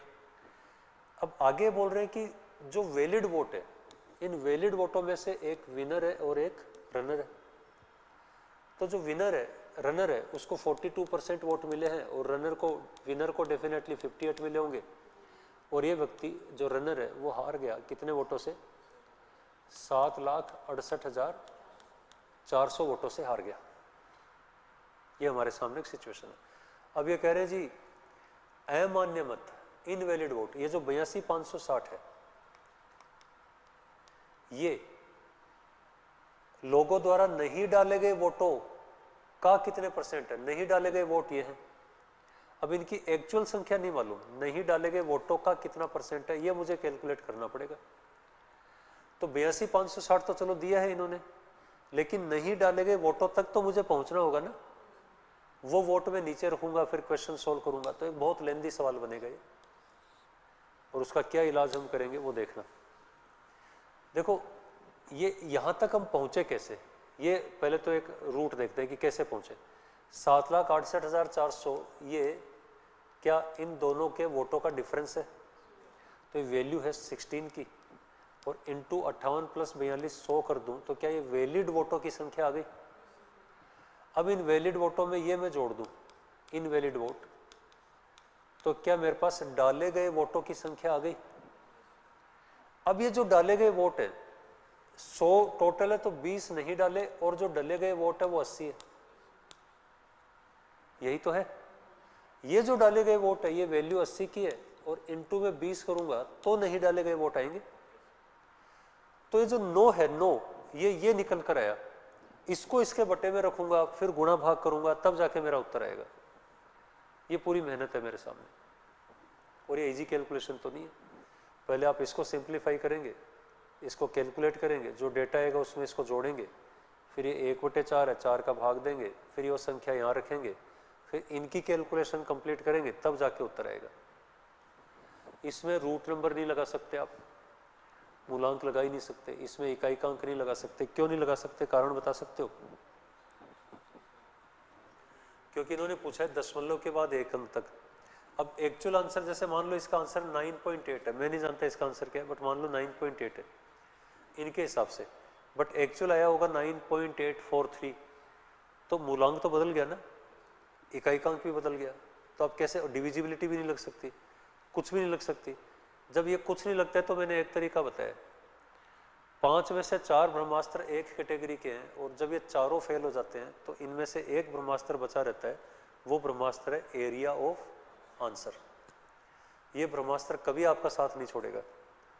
जब कभी भी डेसिमल के बाद एक डिजिट तक है, एप्रोक्स कैलकुलेट करना है, या जब कभी आपको लगे कि बहुत खतरनाक लेवल पे कैलकुलेशन है, तो आप एरिया ऑफ आंसर की मदद लीजिए। अब होगा क्या कि आप अभी सीख रहे हैं, फिर आप पेपर्स कीजिए सोल्व, देन उनको एनालाइज कीजिए, फिर आपकी प्रैक्टिस बनना शुरू होती है। अब चूंकि यहाँ ऑप्शन में गैप ठीक ठाक है, मतलब बहुत करीबी ऑप्शन यहाँ पर नहीं है, तो हम एरिया ऑफ आंसर लगा सकते हैं। इसका एक और ये एक प्रमाण हो गया हमारे सामने, एरिया ऑफ आंसर लगाने में काफ़ी सुविधाजनक स्थिति रहेगी। तो हम क्या करेंगे, अपने जो डेटा हैं उनको अप्रोक्सीमेशन में कन्वर्ट करेंगे। जैसे 82,560 है और ये 7,68,400 है, तो ये एग्जैक्ट ये डेटा न लेकर के हम इनका रेशनल डेटा ले लेंगे, हम एग्जैक्ट डेटा लेंगे नहीं। और रेशो बनाने में भी टाइम वेस्ट मत करना कि एग्जैक्ट रेशो बनाने में लगे हुए हैं, वो भी करने की ज़रूरत नहीं है। आपको मैंने डिजिट कटिंग का कॉन्सेप्ट सिखाया था, आप डिजिट कटिंग कीजिए और तब तक कीजिए जब तक कि 2 डिजिट नहीं रह जाते। 2 में भी कंफ्यूजन है, 8 के बाद 2 है, छोटा डिजिट है तो इसको भी छोड़ दो, इधर से इसको छोड़ दो। 76 की जगह 77 मान लो। 8 का कितने गुना है 77 वो सोचो।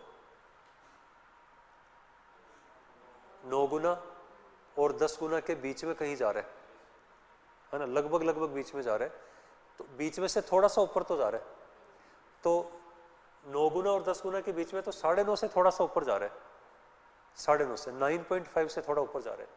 तो यदि इस पूरी संख्या को मैं 1 मान लूं तो मुझे इसको 9.5 से हल्का सा ऊपर मानना होगा। आप 9.6 ले सकते हैं 9.5 की बजाय, तो मैं यहाँ 6 ले लेता हूँ। यदि आप ऐसा कर लेंगे तो ये पूरा सवाल ही सिमट करके छोटा सा हो गया। करके देखो। अब मैं क्या करूँगा, 82,560 को तो 1 लिख लूँगा, हटा दूँ इसको, समझ जाओगे ना सब लोग, या नीचे अलग से लिख लेता हूँ। ये जो ये वाली संख्या है इसको 9.6 लूँगा मैं, बटे में 16 इंटू 100, इसको मैं 1 मानूंगा, और ये 1/4 ही कर लेते हैं। ऊपर क्या आएगा, 82,560 को मैंने 1 माना इंटू 100, बस इतनी सी गुणा भाग रह गए हमारे। तो एक बहुत लेंदी कैलकुलेशन को इतना सा कर दिया। डेसिमल हटेगा तो यहाँ 0 आ जाएगा। 960 को 16 से काटेंगे, 16 6 96, 60 और 1 61, 61/4, या 4 को ऊपर ले जाओ तो ये बना 400/61। इसको सिंप्लीफाई कर लो, अंदाजे से काट लो। देखो इसका 7 गुना करता हूँ मैं, 7 6 42 से थोड़ा कम आएगा, यानी आपका जो आंसर है 7% से हल्का सा ही कम आएगा। 7% से हल्का सा कम कौन सा है, डी ऑप्शन। तो एक बहुत जटिल सिचुएशन को हमने इजी कर दिया। आया समझ में? ऐसे ये कैलकुलेशन के ब्रह्मास्त्र आपकी मदद करते हैं, इसलिए इनको सीखो, इन पर मेहनत करो। ये लिख लीजिए, मैं थोड़ा सा ब्रेक लूंगा, फिर क्लास वापस शुरू करते हैं।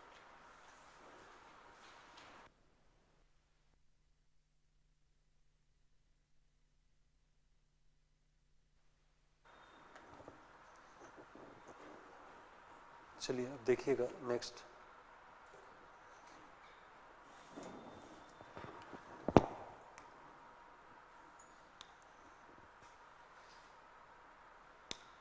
तीन वर्ष पूर्व पिता की आयु अपने पुत्र के 2 गुने से 14 वर्ष अधिक थी। ये स्टार्ट तो हो गया ना। yes. 3 वर्ष पूर्व पिता की आयु अपने पुत्र की आयु के 2 गुने से 14 वर्ष अधिक थी। अब से कितने साल बाद पिता की आयु पुत्र की आयु की 2 गुनी हो जाएगी? एक नॉर्मल सा क्वेश्चन है। देखो जैसे ये पिता है और ये पुत्र है, कुछ भी दिया नहीं है इसके अंदर, पुत्र की एज कुछ भी ले लेते हैं, जैसे मैंने मान लिया कि x है, तो ये कह रहे हैं कि 3 साल पहले पिता की आयु पुत्र के दुगने से 14 ज्यादा थी। ये x है तो ये 2x हुआ, और 2x से 14 ज्यादा थी। ये कब की स्थिति है? 3 साल पहले की। तो ये कह रहे हैं कि जी अब से कितने साल बाद डबल हो जाएगी एज, अब से प्रेजेंट से कितने साल बाद। तो अब सीधे ऑप्शन यूज करो, सवाल कर लो। कैसे? पहले तो प्रेजेंट में लाने के लिए मुझे 3 जोड़ना पड़ेगा ना, ये 3 साल पहले की है, 3 जोड़ना पड़ेगा। तो 3 जोड़ना पड़ेगा, तो पहले 3 जोड़ेंगे और डबल कब हो जाएगी, पहले ही ऑप्शन को चेक करें। यदि मैं 11 जोड़ दूं, प्रेजेंट से 11 और जोड़ दूं, तो 3 तो पहले वाले, 11 ये, कितना जुड़ेगा? 14। तो अगर ये ऑप्शन लेता हूं तो टोटल 14 जुड़ेगा, इधर भी 14 जुड़ेगा, और आप देख पा रहे हैं डबल हो रही है। x का डबल 2x, 14 का डबल 28, ये आपका उत्तर आ गया। क्लियर हुआ? तो कई बार क्वेश्चन बहुत ही कॉमन सेंस के होते हैं, देखने में लगते हैं, बट है बिल्कुल सिंपल सिचुएशन, और किसी मेथड पे जाने की इसमें जरूरत नहीं। अगला सवाल। ये टॉपिक भी अभी आपने पढ़ा नहीं है, पार्टनरशिप का टॉपिक है, बट जिन्होंने पढ़ रखा है उनके काम आ जाएगा। आप में से किसी ने पूछा या किसी और बैच में से, मैं जानना चाहता हूँ। आप में से है कोई? ठीक, कोई और बैच में से होगा। 3 व्यक्ति x, y और z ने 13, 20, 15 के अनुपात में अपने शेयरों के साथ एक व्यवसाय शुरू किया। देखो x, y और z का जो शेयर है वो 13, 20 और 15 के रेशो में है। ये कह रहे हैं कि 7 महीने बाद y ने अपना 33% हिस्सा वापस ले लिया, जबकि z ने वर्ष पूरा होने से 5 महीने पहले अपना 24% हिस्सा वापस ले लिया। और टोटल प्रॉफिट ये तो जेड का हिस्सा निकालें। तो मैं इसे रिमेनिंग टाइम के कॉन्सेप्ट से करूँगा। इसने 13 रुपये लगाए, इसने 15 लगाए हैं और इसने 20 लगाए।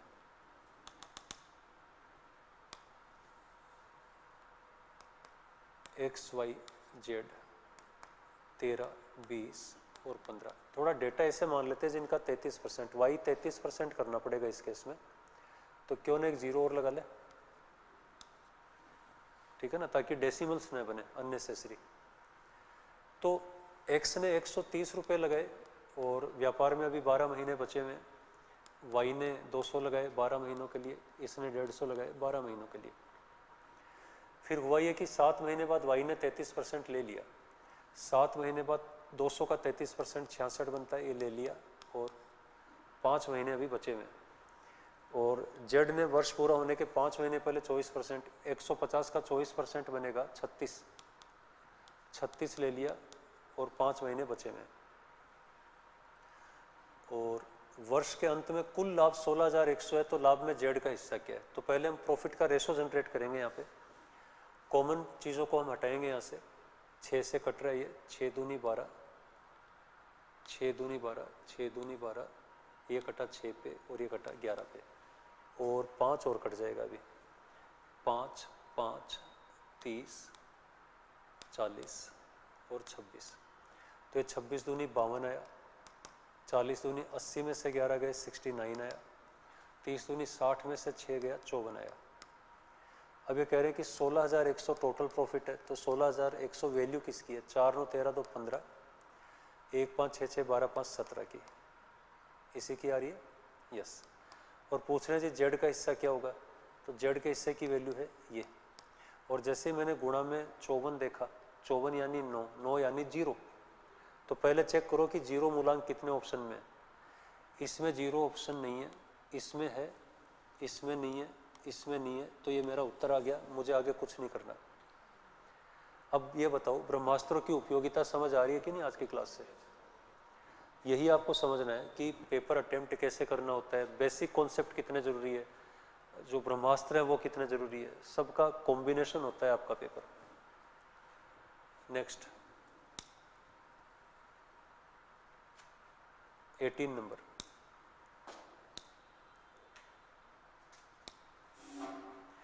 यदि माता की वर्तमान आयु का 3 गुना पुत्री की आयु के 5 गुने से 36 वर्ष अधिक है और पुत्री का 3 गुना माता की आयु के से 4 वर्ष कम है, ये वही अभी जो थोड़ी देर पहले 9 गुना 8 गुना वाला सवाल आया था ना, ये वैसी सिचुएशन फिर बन रही है। माता की वर्तमान आयु का 3 गुना, 3 टाइम ऑफ मदर, पुत्री की आयु के 5 गुना से, डॉटर के 5 गुना से 36 ज़्यादा है। तो ये जो देखो जब ज़्यादा होता है ना, जो कई बार बोलते हैं ना, जब ये बोले कि जोड़ 36 है तब तो किसी को दिक्कत नहीं होती इक्वेशन बनाने में। जब ज़्यादा बोले तो जो ज़्यादा है उसको पहले लिखा करो, माइनस जो कम है उसको बाद में लिखा करो, बराबर 36, ये तुरंत बननी चाहिए इक्वेशन।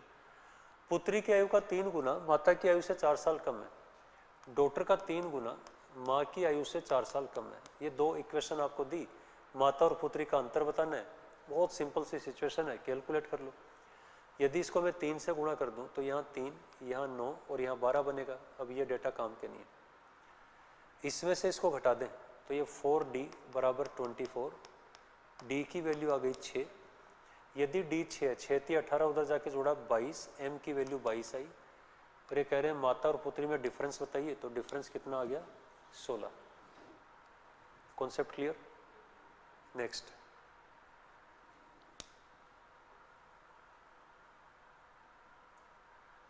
दीपेश के पास 168 लीटर तेल ए, देखो तेल ए जो है 168 लीटर है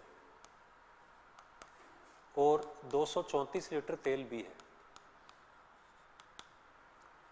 वह कई समान कंटेनरों में 2 प्रकार के तेल इस प्रकार भरता है कि प्रत्येक कंटेनर में केवल एक प्रकार का तेल है और सभी कंटेनर पूरी तरह से भरे हुए हैं। दीपेश द्वारा उपयोग किए जाने वाले प्रत्येक कंटेनर का अधिकतम आयतन क्या हो सकता है ताकि दीपेश के पास दोनों प्रकार के सभी तेल इन कंटेनरों में डाले जा सके। एक्चुअली ये क्वेश्चन है HCF का, ये अगेन आपके सिलेबस का क्वेश्चन नहीं है, ये आप में से किसी ने पूछा है, ठीक, तो ये HCF का क्वेश्चन है। करना क्या है, जैसे ऐसे खूब सारे कंटेनर पड़े हैं यहाँ, एक ही साइज के सारे के सारे, खूब सारे पड़े हैं, तो ये कह रहे हैं कि ये जो तेल है ये पूरे पूरे इस कंटेनर में आ जाने चाहिए। जैसे मैं थोड़ा सा छोटे एग्जांपल से समझाता हूँ अपनी बात। मान लो 18 लीटर तेल है आपके पास ए, तो जो कंटेनर है उसका साइज अगर मैं 8 लीटर रखूंगा तो 8 लीटर के कंटेनर में ये 18 लीटर पूरा पूरा नहीं आएगा, और दोनों तेल मिक्स हम कर नहीं सकते। इस प्रकार का तेल भी पूरा पूरा भरा जाना चाहिए और इस प्रकार का भी पूरा पूरा भरा जाना चाहिए। अब ये कैसे पॉसिबल है जब हम एक ऐसी संख्या सोचें जिनका इन दोनों में भाग जा रहा हो, तभी संभव है। और इन दोनों में भाग जाए ऐसी बड़ी से बड़ी संख्या कौन सी है वो हमें देखना है। तो इसमें ज़्यादा कुछ नहीं करना होता है। HCF मैंने कई बार बताया कि HCF कुछ होता ही नहीं है। HCF वो संख्या होती है जो रेशो बनाने में काम आती है। जैसे आप मुझे बताओ 18 और 24 का रेशो बनाओ तो आप क्या करोगे, किससे काटोगे, 6 से। तो जो 6 है वो HCF है। तो रेशो बनाने के लिए जिस संख्या से हम काटते हैं दैट इज कॉल्ड HCF। तो आपको कुछ नहीं करना, थोड़ा ऑप्शन से हिंट ले लो, HCF निकालने में टाइम बर्बाद मत करो। 10 और 5 का तो दिख ही रहा है कि इन दोनों में भाग नहीं जाएगा। 14 और 6 बचा, 14 का भाग जा रहा है कि नहीं वो देख लेते हैं। इसमें तो जा रहा है, इसमें नहीं जा रहा, तो 6 ही आपका उत्तर होगा। 6 का भाग इसमें पूरा पूरा जा रहा है। 6 दूनी 12, 4 8 6 8 48, 6 तिया 18, 6 नम 54। देखो इनका रेशो आ गया कि नहीं। यदि रेशो नहीं आता इसका मतलब आप अभी HCF नहीं आया है, अभी इससे भी बड़ा होगा। तो आपका आंसर क्या निकल के आया, 6। क्लियर। नेक्स्ट,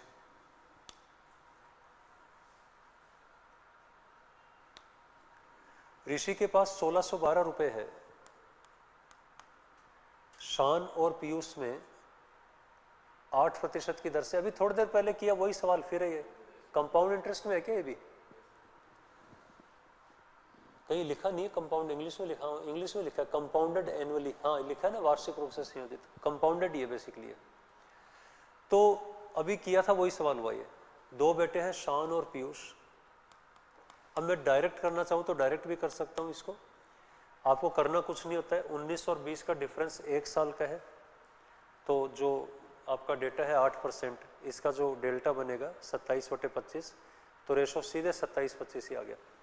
तो 1612 को डिवाइड कर दो 27/25 में, 1612/52 इंटू शान की जो वैल्यू वो निकाल लो, आपका आंसर आ गया। क्या पॉइंट क्लियर हुआ? मैं थोड़ा डिटेल में इसको पूरा समझा देता हूँ आपको। देखो 8% का मतलब होता है 2/25, और जब हम इसको मतलब उसको देंगे शान को, तो 2/25 बढ़ने का मतलब है 27/25। तो ये 27/25 गुना हो रहा है। ये बात तो समझ पा रहे हो ना? ठीक। अब ये कह रहे हैं कि शान को तो दिया है 19 वर्षों के लिए और पीयूष को दिया है 20 वर्षों के लिए, और दोनों की जो टोटल अमाउंट है वो समान प्राप्त हुआ है, मिश्र धन सेम है दोनों का। तो मैंने सेम कर दिया। 27/25 इधर 19 बार है, ज़्यादा ही कट गया कुछ, 19 बार है, तो इधर कितनी बार बचेगा, 1 बार बचेगा। तो 27 नीचे ले आओ, शान और पीयूष का जो रेशो आया इन्वेस्टमेंट का वो 27/25 आ गया। अब 1612 वैल्यू किसकी है, 52 की है। इनटू हम क्या करेंगे, शान के लिए पूछा है 27, और जैसे ही 27 देखा गुणा में, 27 का मतलब होता है 9, 9 का मतलब 0। तो पहले चेक करो कितने ऑप्शन में 0 आ रहा है। यदि हम देखें इसमें नहीं आ रहा, इसमें आ रहा है, इसमें नहीं आ रहा, इसमें नहीं आ रहा, तो कैलकुलेशन करेंगे ही नहीं। हमारा आंसर क्या आ गया, 2 नंबर। तो अगेन ब्रह्मास्त्र हमारी मदद करने आया। आ रहा है समझ में? नेक्स्ट,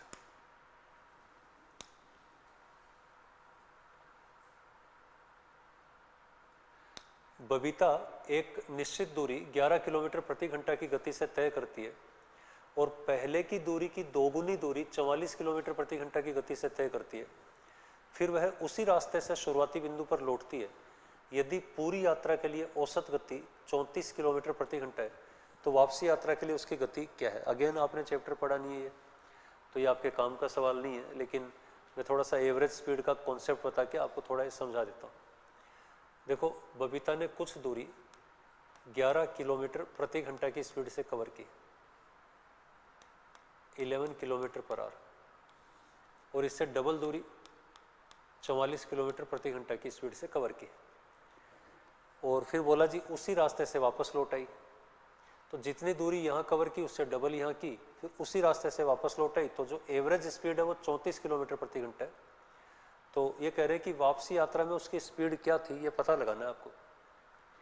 एवरेज स्पीड का जो कॉन्सेप्ट होता है वो होता है total distance divide by total time. आपको आपके सामने यहाँ 3 कंडीशंस है, एक तो 11 की स्पीड वाली, एक 44 की स्पीड वाली, और आते समय की जो स्पीड हमें मालूम नहीं है वो वाली। इन तीनों में उसने टोटल डिस्टेंस जो कवर की वो ऊपर लिखेंगे और टोटल टाइम जो है वो नीचे लिखेंगे, कैलकुलेट कर लेंगे, हमारा आंसर आ जाएगा।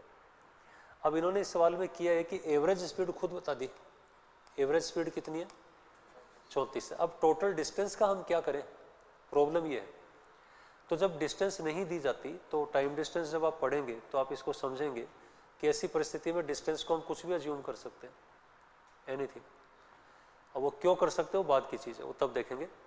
अब जब कुछ भी कर सकते हो तो आप 1-2 मानो, या बेटर रहेगा कि ऐसे डिस्टेंस मानो जो 11-44 दोनों से कटे। तो मैं इसको 44 मान लेता हूँ, इसको 88 मान लेता हूँ। मैंने ऐसी डिस्टेंस ले ली जो इनसे कटे। तो टोटल डिस्टेंस कितनी हुई 44 और 88, 132, 132 जाते समय, 132 आते समय, तो टोटल डिस्टेंस हो गई 264। अब टोटल टाइम, ये 44 किलोमीटर 11 की स्पीड से कवर कर रहा है तो 4 घंटे तो ये हुए, 88 44 की स्पीड से 2 घंटे ये हुए। अब आप समझ गए होंगे मैंने कटने वाली संख्या क्यों मानी यहाँ पे। और जो आते समय की 132 किलोमीटर है उस दौरान उसकी स्पीड कितनी है, x मान लेते हैं और x की वैल्यू निकाल लेंगे यहाँ से। क्या सबको क्लियर हुआ? सवाल को यहाँ से आगे बढ़ाते हैं। देखो इसमें क्या होता है कि थोड़ा सा ऑप्शन पे भी नज़र रखनी चाहिए। कई बार ऑप्शन से जल्दी हमें सॉल्यूशन मिलते हैं, बट ऑप्शन तो डेसिमल्स में है। अगर डेसिमल्स में नहीं होता है ना तो 132 से कटने वाली मैं संख्या कोई ढूंढता। अभी भी मुझे लग रहा है ऐसा कुछ काम बनना चाहिए। फ्रैक्शन में जा रहे हैं, नहीं मिल गया काम। ये देखो मैं इसको आंसर करूंगा, दैट्स ऑल। ये मेरा तो काम बन गया, मैं आगे कैलकुलेट ही नहीं करूंगा। क्यों नहीं करेंगे, ध्यान देना। देखो 132 का अगर मैं इसके लिए बेसिक कैलकुलेशन ठीक होनी चाहिए आपकी। 132 का 6 गुना 792 है। अच्छा ऑप्शन का 2 लिखा हुआ है ना, ये मुझसे देखने में मिस्टेक हुई। बट कितना कोइंसिडेंस है कि 792 है और वो आ भी वही रहे। तो इसको ड्रॉप करो एक बार, अब पूरा दोबारा ही करते हैं इसको।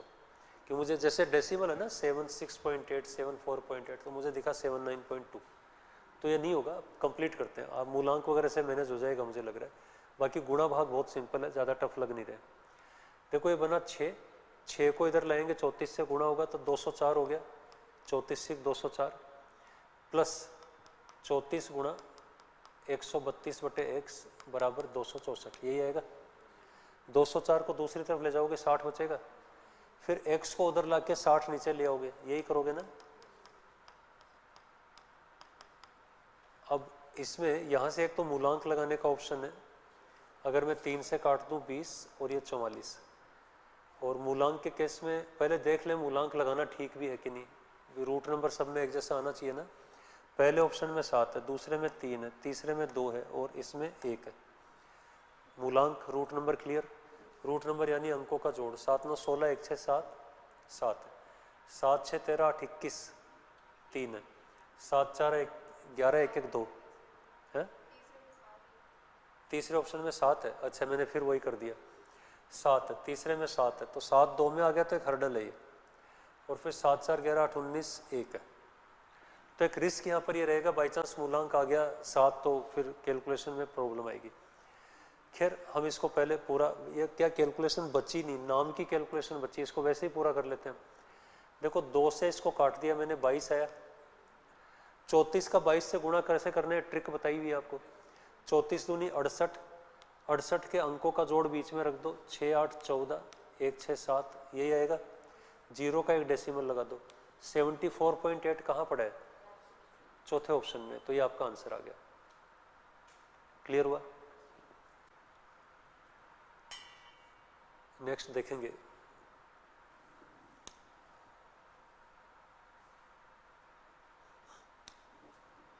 चौवन किलोमीटर की दूरी तय करते हुए एक व्यक्ति ने देखा कि 1 घंटे 15 मिनट तक साइकिल चलाने के बाद उसके द्वारा तय की गई दूरी शेष दूरी की 7/9 थी। थोड़ा लैंग्वेज एरर है। While cycling a distance of 54 kilometre, English में क्लियर है language, a man found that after cycling for 1 hour 15 minutes, the distance covered by him was 7/9 of the remaining distance. देखो वो टोटल डिस्टेंस 54 किलोमीटर की cover कर रहा है। जब वो 1 घंटे 15 मिनट तक साइकिल चला चुका, यानी एक तरह से 5/4 घंटे तक, 1 घंटा 15 मिनट 1 से 1/4 यानी 5/4 घंटे, तो उसके द्वारा तय की गई दूरी शेष दूरी का 7/9 है। तो तय की गई दूरी अगर शेष दूरी अगर 9 है तो तय की गई दूरी 7 होनी चाहिए। अब सवाल यह कि उसकी गति क्या थी, ये क्वेश्चन है। तो स्पीड हम कैसे निकालते हैं? स्पीड निकालते हैं डिस्टेंस अपॉन टाइम से। अब इसने ये डिस्टेंस कितनी है पता लगा लो। टोटल डिस्टेंस है 54 वैल्यू है 7 + 9 16 की, और इंटू 7 कर दें तो क्या ये वाली डिस्टेंस आ गई? या 54 किलोमीटर का 7/16 भाग, कैसे भी समझ लो। और वही जो डिस्टेंस है, ये डिस्टेंस 5/4 घंटे में कवर की गई है। 5 ऊपर 4, तो क्या इसकी स्पीड आ जाएगी? इसको कैलकुलेट कर लेंगे। देखो इसमें भी मूलांक चेक कर लो पहले, मूलांक से बात बन रही है। इसका मूलांक 9 है। 9 का मतलब 0 या 9 एक ही ऑप्शन में, ये हमारा उत्तर आ गया। हम अननेसेसरी कैलकुलेशन में नहीं फंसेंगे। अब आप खुद सोचो, आज की क्लास में कितनी बार ऐसा हुआ है कि ब्रह्मास्त्र डायरेक्ट लग रहे हैं? आ रहा है कि नहीं समझ? तो ये लगाने आपको सीखने होंगे। प्रैक्टिस करोगे तो समझ में आने लग जाएगा। जैसे ये सारा खेल है प्रैक्टिस का। आप जितनी प्रैक्टिस करोगे, जितना अभ्यास करोगे, आपके ये कॉन्सेप्ट उतने ही स्ट्रॉन्ग होते चले जाएंगे। नेक्स्ट,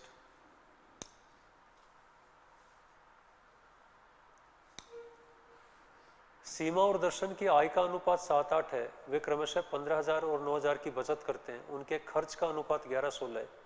तो कुल खर्च क्या है? खर्च निकालना है। तो खर्च से शुरू कर लो। ये तो आपको समझ आ गया होगा, डीआरएस का केस बन रहा है ये।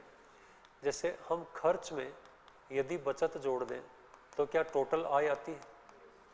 खर्च का रेशो ये बोल रहे हैं सीमा और दर्शन का 11:16 है। खर्च से शुरू कर रहा हूं मैं।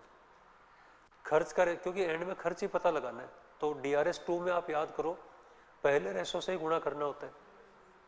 तो पहले वही रखो ना जो पूछा है। तो खर्च का रेशो 11:16 है, और अगर इसमें 15,000 जोड़ दें और इसमें 19,000 जोड़ दें, ये बचत जोड़ दें, तो इनकम का रेशो आ रहा है 9,000 ही है क्या?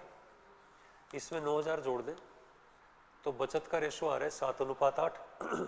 आ रहा है समझ में? तो अब इसको सिंप्लीफाई कर लो। डीआरएस 2 आप सब जानते हो क्या करते हो। 15 × 120, 7 × 63, 120 63 का अंतर 57 और 3 जीरो लगाओ आगे। 88 और 112 का अंतर 24। और पूछा क्या है आपसे? पूछा है सीमा दर्शन का कुल व्यय। 11 + 16 27 की वैल्यू पूछी है। अब 27 की वैल्यू पूछी है तो इसमें ये 3 से अगर काट भी तो रहेगा, तो 9 तो रहेगा ही रहेगा मूलांक में। 9 मूलांक देख लो कितनों में है। इसमें भी है, इसमें भी है, इसमें नहीं है। अब देखो ये जीरो इतने बचेंगे नहीं, किसी कीमत पे नहीं बचेंगे जीरो। 3 जीरो नहीं बच सकते भी। चलो ये कट के 8 भी आया तो 1008 को कटेगा 125 पे, जीरो तो आ ही नहीं सकता। तो आपका फाइनली उत्तर क्या आ गया? Option number 1। ये 7 पता नहीं क्यों लिख दिया। ऑप्शन नंबर 1 आया कि नहीं समझ? अब स्मार्ट कैलकुलेशन क्या, दोबारा समझो। एक तो तरीका ये हो गया, डायरेक्ट मैंने कर दिया मूलांक से। अब यहाँ ध्यान देंगे, मूलांक तो समझ आ गया ना। ये 8, ये 9 आएगा तो 9 से कटने वाला। 9 से कटने वाले 2 ऑप्शन है। अब दोनों में मुझे जज करना था, यूनिट डिजिट से मैंने जज किया।